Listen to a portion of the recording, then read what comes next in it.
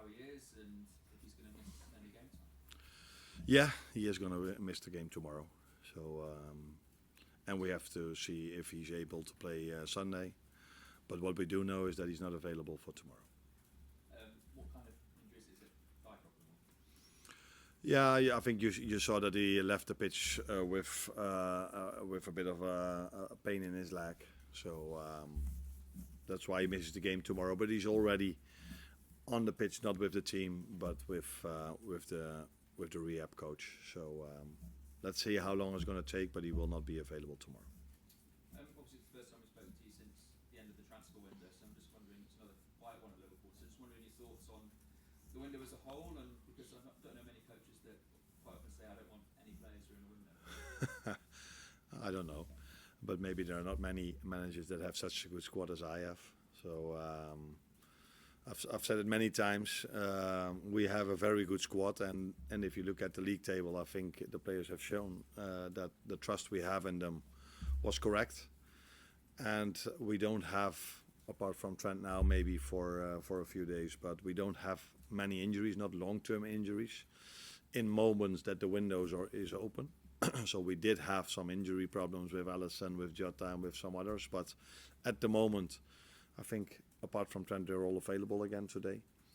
So then there's not a reason to add something to the team unless you have a chance in the market. But yeah, that's something we saw last time with the goalkeeper we brought in, which is not here, but we did brought him in because we saw there's a chance in the market. But for now, we are happy with the team we have.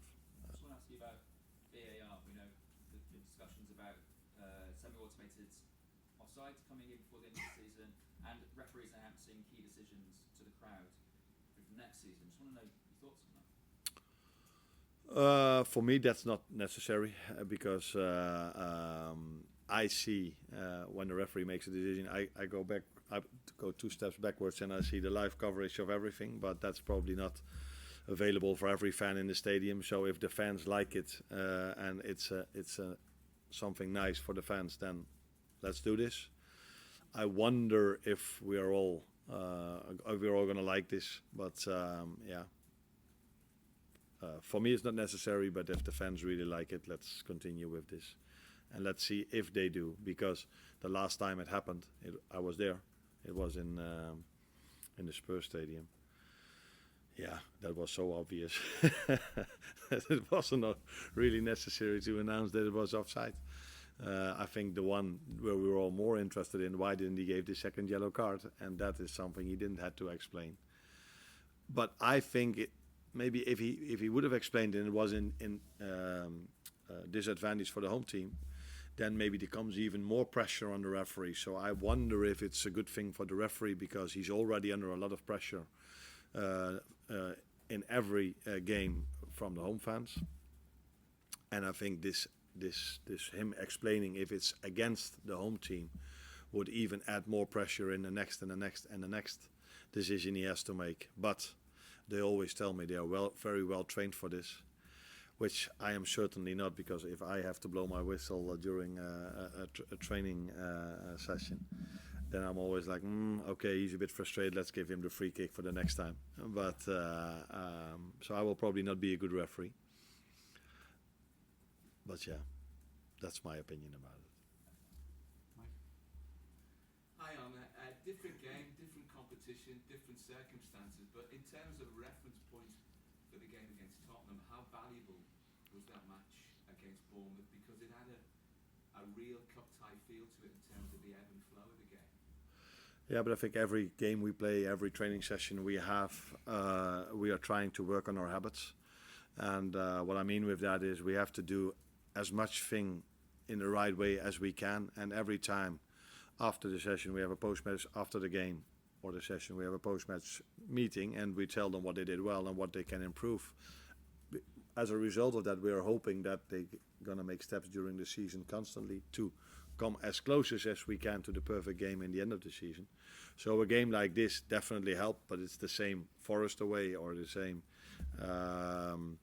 away against Brentford. We learn from every single game we play because every single game we are faced with different challenges, and the more challenges you face, the better you are ready for the next one. It's kind of like half time in the tie after the 1-0 defeat at Tottenham. It's unusual for Liverpool to be behind in terms of since you took over this season. Do you have to prepare the players mentally for the game against Tottenham, the second leg, because it is different territory, and to go behind an Anfield, all of a sudden it becomes a really tall order, not impossible, but more difficult? No, I don't think I have to prepare them differently than to any other game, because from now on till the end of the season, and that's been already the whole season, and I think as long as Liverpool exists, if you play in this shirt, you need to win the game. That's for tomorrow, that's for Sunday, that's for Wednesday afterwards, and the game after that. So even if we go 1-0 down in the league or whatever tournament we are in, we try and want to win the game. That's also what we tried in the away game against Tottenham. I think we were quite close to get a result over there till the last few seconds. We were down to 10 and conceded a goal. But there's nothing changes for this game compared to all the others. If you wear this shirt, if you go out at Anfield, there's only one thing that is expected of you, and that's winning the game. On the unusual front, it's unusual for two-legged ties to take place so far apart. Yeah. Does that make any sort of difference? Well, obviously, had the whole transfer window between the two games. Yeah. Usually they're back-to-back, actually. Does that make a difference to anything? Yeah. And now you tell me, I'm like, yeah, you were right. Is this unusual for England as well, or is this usual in the League Cup? It's usual, I think, for this one. It's not usually this one apart. Okay. Yeah. Not that it matters a lot, but if you play 1 week later, then normally you face exactly the same team again. And now with all the injuries Tottenham had last time we played them, would have been a bit more in our advantage if we played them 1 week later again. Although we lost against the ones that were fit that time. But indeed, they did brought in 3 players, I think. One of them was already there. The goalkeeper was already there in the window. So now we face two different ones. I wonder if Mickey van der Ven is ready to play. He of course has a big impact on that team. So yeah, it might change the quality we face tomorrow compared to the last time. But we were already not able to win from the team that played last time. So it's going to be a difficult one, which we know. If you reach the semi-final against Tottenham, you know it's going to be a difficult one. But I think we will be better than the last time as well. We're trending, it's an opportunity for Connor Bradley maybe to play. After his experience in Eindhoven, was that an important learning curve for him? He played the game against Tottenham also back then. I just said it as well. I think every single game, every single training session has something to learn. Or if it isn't, then it wasn't a good training session I gave them, because I think you're trying to give them something where they can learn from every single session, every single game. And that is something I think we played in Eindhoven quite a good game if you take into account the team we've played with. So this team hardly ever played with each other. But we did concede 3 goals, and if I then take a closer look at those 3 goals, I don't even think we did much wrong, but only some small details, and that is something at the level like PSV or tomorrow. If you do a small detail wrong, you can concede a goal, and that's also something, the feedback we gave Connor, and he wasn't involved in every goal, but he was in one, in my opinion, where he didn't follow the overlap aggressive enough, and that led to I think the 3rd goal. Hi Arne, you've spoken previously about your desire to get more goals and chances for your number 9s. In the last 6 games, the starting number 9s only had 4 shots on target from nearly 400 minutes. However, in those 6 games, you've also had a goal from Jota, 2 goals from Nunes of Brentford and 2 from Gakpo, from that central position on the pitch. So are you happy for your central striker to be more of a facilitator, or are you still trying to get them more goals? I will be happy if that player becomes both. So facilitator, nice word. I didn't know that one yet. And scoring goals himself. That's again what we want to achieve in the end. But I also saw the penalty from Cody where Lucio as a 9 played a part without even touching the ball. So he dragged the centre back out, which led to the fact that Cody was in a 1v1. And he made a deep run and got tripped, which led to the penalty. So in the end, you want attackers, midfielders to score. We've spoken about our attacking midfielder as well. We need to get goals from many positions, including centre backs that can score from set pieces also.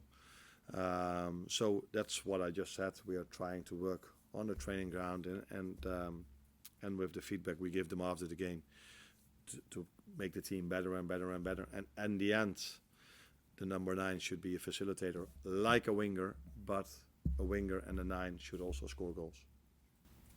And last one for Will. Just ask about the goalkeeper situation. I've made a decision. Obviously, we play this competition a lot, plays Alisson in the first leg, so you know what you do there. I know, but the 2 goalkeepers don't know yet. So if I'm going to leave this room, I'm going to go to the media next door, and then afterwards I'm going to inform the goalkeepers which decision I've made. Just on your squad, you said you've put on the 10 out. That means you do have to leave players out of the squad on the match day. As a manager, I guess that is the luxury you want, but how do you go about that news? Because obviously Kane and Gomez missed out of form. Yeah. How do you deliver that and keep them beat? Yeah, that is one of the only things I don't understand here in England. So everywhere around the world and in Europe as well, when we play Champions League, we can take 23 players to the game. And we are here in a country where we play the most games, especially like the likes like Aston Villa, us, Arsenal, Chelsea, all the ones that are playing in Europe. And we have the League Cup over here and the FA Cup. So we play so many games. So if you are able to play all these games, you need a big squad. That seems to be fair to me. And then one of the things is so important for a manager. So to pick the first 11 is difficult, but to tell someone that he's not even in the squad makes it even harder.